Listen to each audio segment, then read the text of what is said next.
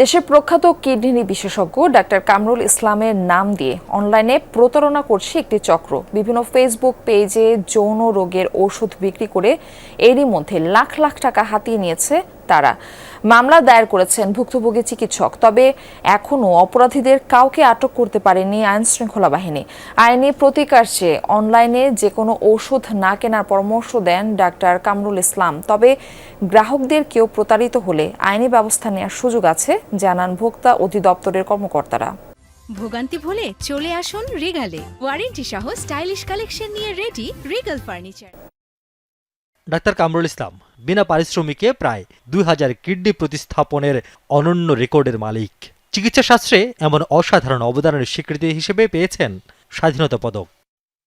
এবার সামাজিক যোগাযোগ মাধ্যমের এই ভিডিওগুলো দেখা যাক, যেখানে ডাক্তার কামরুল যৌন ও কিডনি রোগের সমাধানের জন্য বিভিন্ন ওষুধ সেবনের পরামর্শ দেন, যেগুলো আবার দেদারসে বিক্রিও হচ্ছে অনলাইনে।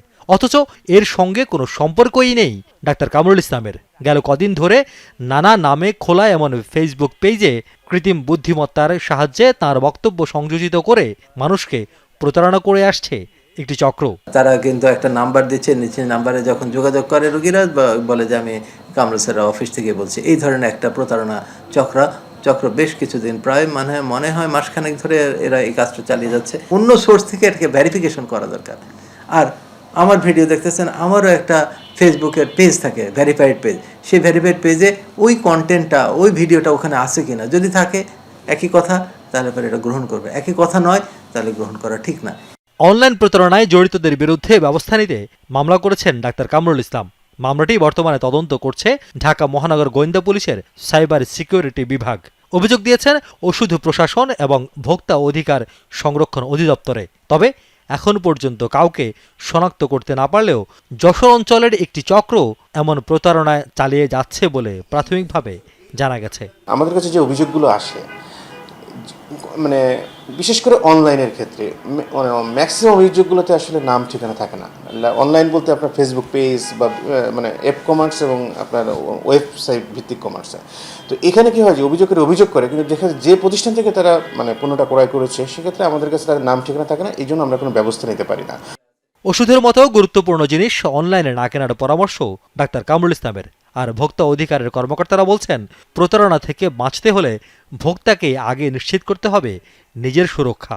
অনুমোদন ছাড়া আমাদের দেশে যে কোনো ড্রাগস আসার আগে অনেকগুলি লেভেলের, যে এটা বিষক্রিয়া কী, এর টক্সিসিটি কী, এর সাইড ইফেক্ট কী, এটা কি রোগে কতটুকু উপকার করে, একটা নর্মাল ইয়ার সাথে এর কম্পেয়ার করে এটার মানে কার্যকারিতা কতটুকু উন্নত, সেগুলি সব দেখে তারপরে ওই ডাক্তার অনুমোদন দেওয়া হয়।